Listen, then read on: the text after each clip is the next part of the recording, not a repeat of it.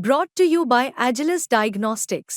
Health test की बात आती है तो मैं भरोसा करता हूँ India's largest diagnostics company Agilus diagnostics. खुद को टेस्ट करते रहो। मिडिल ईस्ट में चारों तरफ मामला गरमाया हुआ है।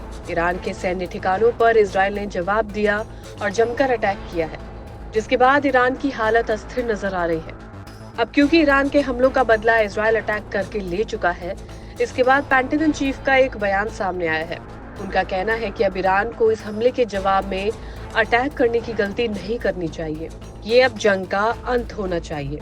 साथ ही अमेरिकी राष्ट्रपति जो बाइडेन ने कहा कि उन्हें उम्मीद है कि महीनों से चल रहे इस तनाव का अंत हो जाएगा। दरअसल हाल ही में सैटेलाइट से कुछ फोटो सामने आई, जिससे असल में कई तस्वीरें भी साफ हो पाई हैं। इजराइल की तरफ से उन इमारतों को निशाना बनाया गया जिन्हें ईरान बैलिस्टिक मिसाइल के लिए सॉलिड फ्यूल मिक्सिंग के लिए इस्तेमाल करता था।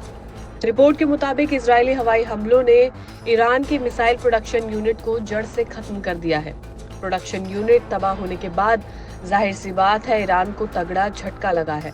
ईरान पर ये हमले उन हमलों का जवाब है जब इस महीने की शुरुआत में ईरान ने इजराइल पर करीब 200 मिसाइल दागी थी। इस हमले में इजराइल को कोई बड़ा नुकसान नहीं हुआ था, लेकिन जब इजराइल की बारी आई तो उसने ईरान पर सटीक और निशाना लगाकर हवाई हमला किया। इजरायली पीएम नेतन्याहू और रक्षा मंत्री योआव ने तेल अवीव में मौजूद रहकर आईडीएफ के कमांड सेंटर से पूरे ऑपरेशन पर नजर रखी। इजरायल डिफेंस फोर्स ने बताया कि उन्होंने करीब 20 ठिकानों को निशाना बनाया, जिसमें production centre, surface to air missile और कई सैन्य ठिकाने शामिल थे। इजरायली हमलों में तेहरान, खुजिस्तान और इलम में मौजूद ठिकानों को निशाना बनाया गया। ईरान के एयर डिफेंस ने कई मिसाइल को नष्ट किया। ईरान ने ये पुष्टि की है कि उसके 4 सैनिक मारे गए हैं और ये भी स्पष्ट कहा गया कि हमलों में ईरान के ऑयल रिग्स और न्यूक्लियर बेसिस शामिल नहीं थे, यानी कि उन्हें कोई नुकसान नहीं पहुंचा है, क्योंकि अमेरिका की तरफ से पहले इन ठिकानों पर हमला न करने का आग्रह किया गया था। इजराइल ने ईरान पर हमला क्यों किया?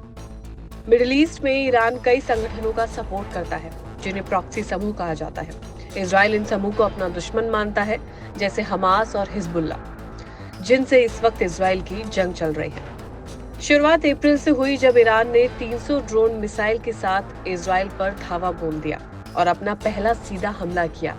यह हमला उस हमले का जवाब था जब सीरिया में ईरानी दूतावास पर इजराइल ने हमला किया था, जिसमें IRGC के कई बड़े कमांडर मारे गए थे। और इसके बाद जुलाई में इजराइल ने बेरूत पर हवाई हमला किया और हिजबुल्ला के बड़े कमांडर को मार दिया। और फिर अगले ही दिन तेहरान में एक ब्लास्ट हुआ, जिसमें हमास नेता इस्माइल हानिया की मौत हुई, जिसके लिए ईरान ने इजराइल को दोषी ठहराया। इसके बाद सितंबर में इजराइल ने हिजबुल्ला नेता हसन नसरल्ला और ईरानी अधिकारी ब्रिगेडियर जनरल अब्बास की हत्या कर दी।